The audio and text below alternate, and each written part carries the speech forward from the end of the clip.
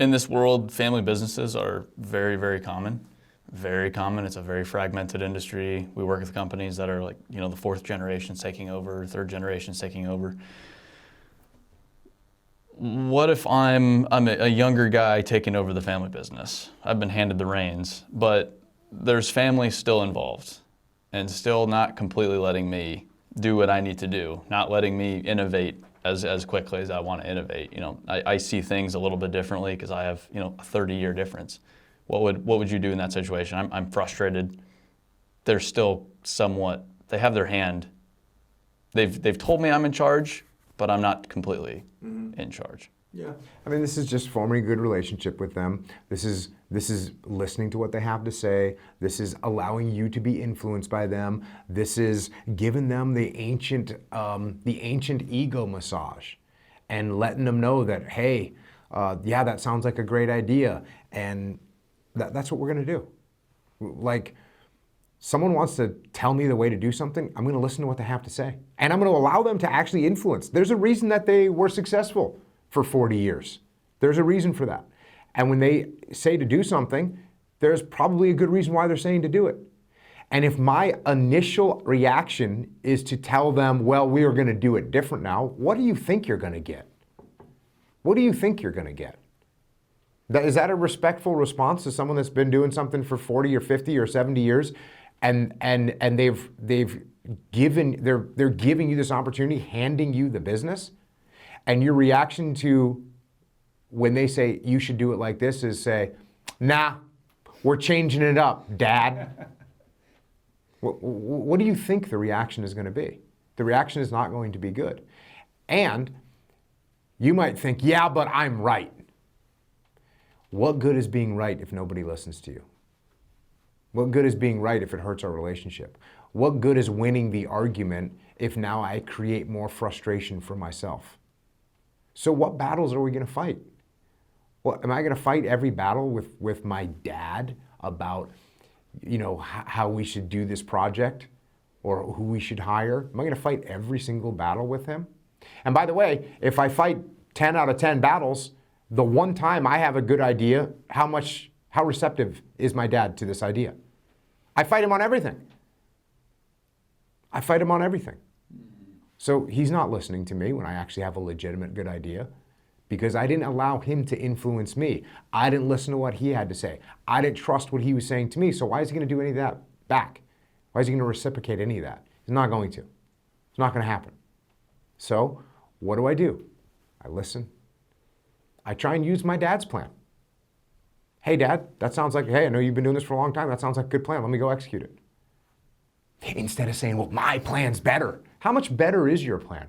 How much better is your plan, and how beneficial is it for you to spend all that time arguing to implement this change that you want to implement because your ego wants to implement it, and because your ego wants to implement this change is going to save you, 4 hours on this 2-week project because your plan was so great. You spend 12 hours arguing with your dad now. You didn't save any time. It cost you time.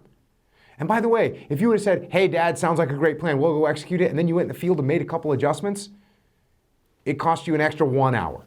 You mitigated 3 hours. It's no factor. You didn't have to argue with your dad for 12 hours. And by the way, your dad trusts you more now, and he listens to you more. And now when you have a more legitimate plan about something that is incrementally more important, he's actually going to listen to you.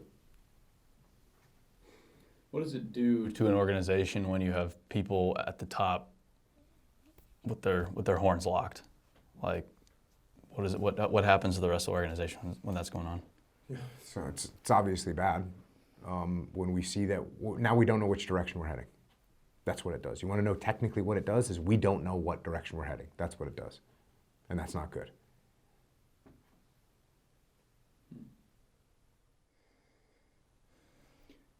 Yeah, it's funny. I mean, it's like whatever scenario we throw, it kind of comes back to you, and it comes back to leadership, and it winds up being very simple, but we see these situations. Well, it's like fourth generation taking over from third. We don't want to drop the ball, but here's all our unique things that are happening. Third is not letting go, and it all comes back to them, and you know, being humble enough to look at it and attack it from that way.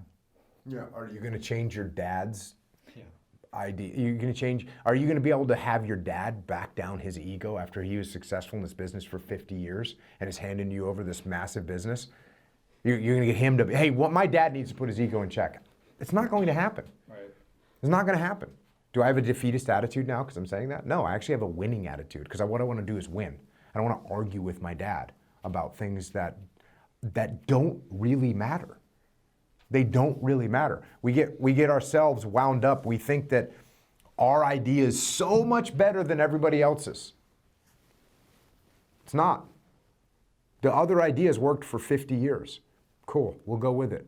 Maybe we start to integrate changes in the future, or we start to assess how those changes would impact.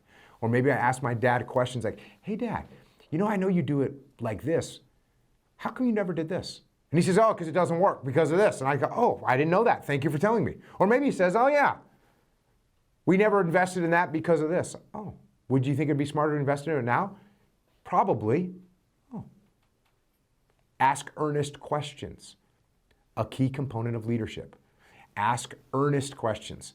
Not questions to set you up, not questions to make you look bad, not questions to prove that I'm right. But earnest questions. Hey, Dad, why do we set it up like this? Hey, Dad, how come we never invested in this piece of equipment? Because it seems like it would be a good idea, but I know if it was a good idea, you probably would have thought of it. Why didn't we never buy this piece of equipment?